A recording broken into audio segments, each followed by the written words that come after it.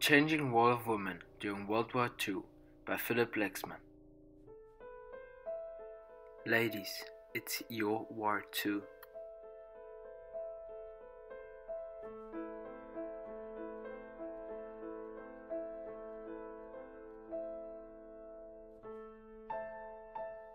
The best place to begin a summary of the contributions of women during the war is on the home front, where women served as traditional guardians of the family and culture in every country and in a wide variety of non-traditional roles.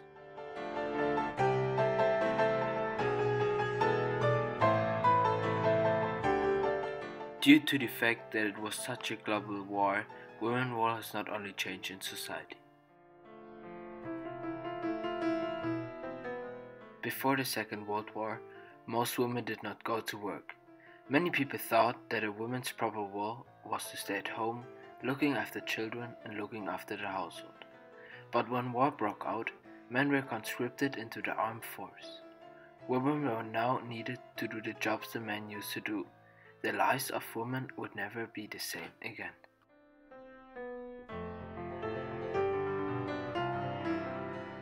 Between 1939 and 1943, 1.5 million women took jobs in essential industries such as engineering, chemicals, water, gas, electricity, shipbuilding, and aircraft production. Traditionalists admit that women were more important to the outcome of the war than once imagined.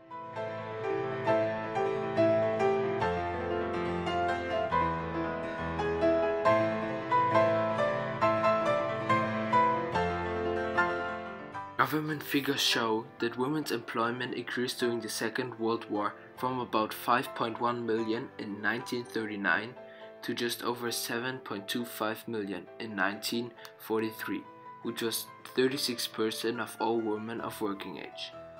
46% of all women aged between 14 and 59, and 90% of all able-bodied single women between the ages of 18 and 40 were engaged in some form of work or national service by September 1943. The level of employment could have been higher, as domestic servants were excluded from these figures. Many domestic servants would have been redeployed to national service, but no exact figures exist. In March 1941, unmarried women between 20 and 30 were asked to register their current jobs with the local employment exchange. This meant they could be given suitable war work, which they had either done before or could learn easily. The government could force women to take jobs or move to other ones.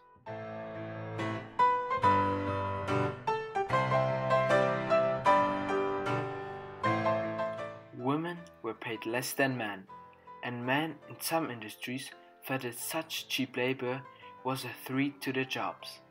In many factories, women workers faced practical problems, such as a lack of women's toilets. At the beginning of the war, it was also very difficult for mothers to work in factories, because there were few nurseries to look after their children.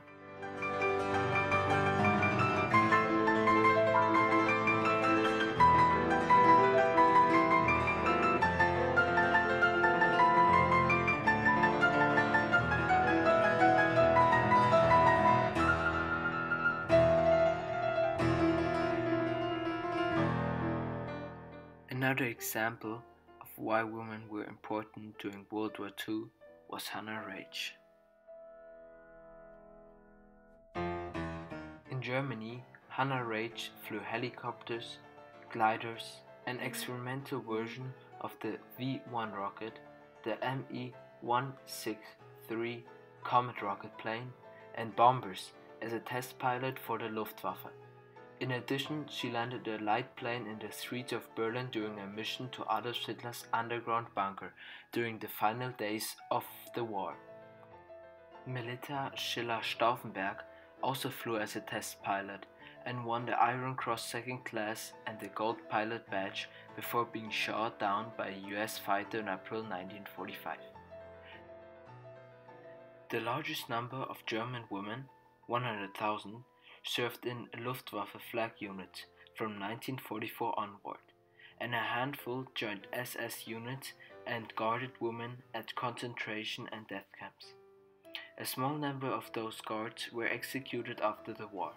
In Japan, the most important mobilization of women was constructed by the Greater Japan's Women Association, which trained volunteers for civil defense and military training designed to battle the anticipated American invasion.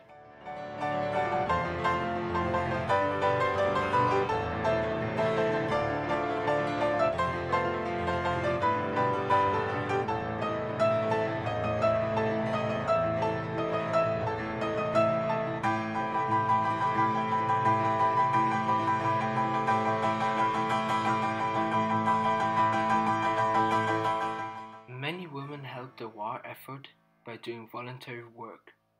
The Women's Voluntary Service, also known as WVS, was founded in 1938.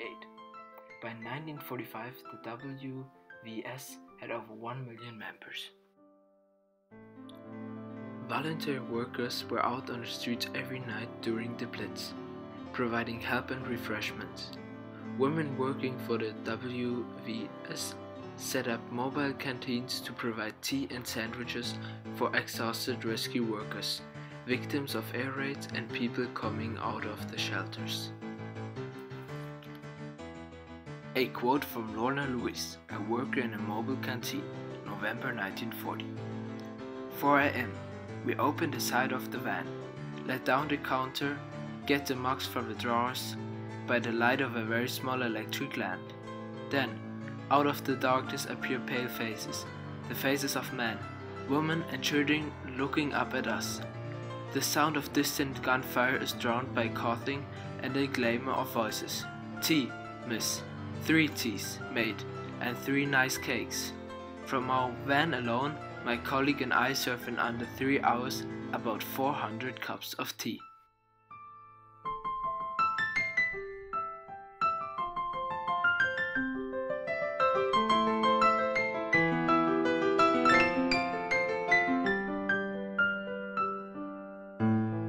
A conclusion of women during World War II.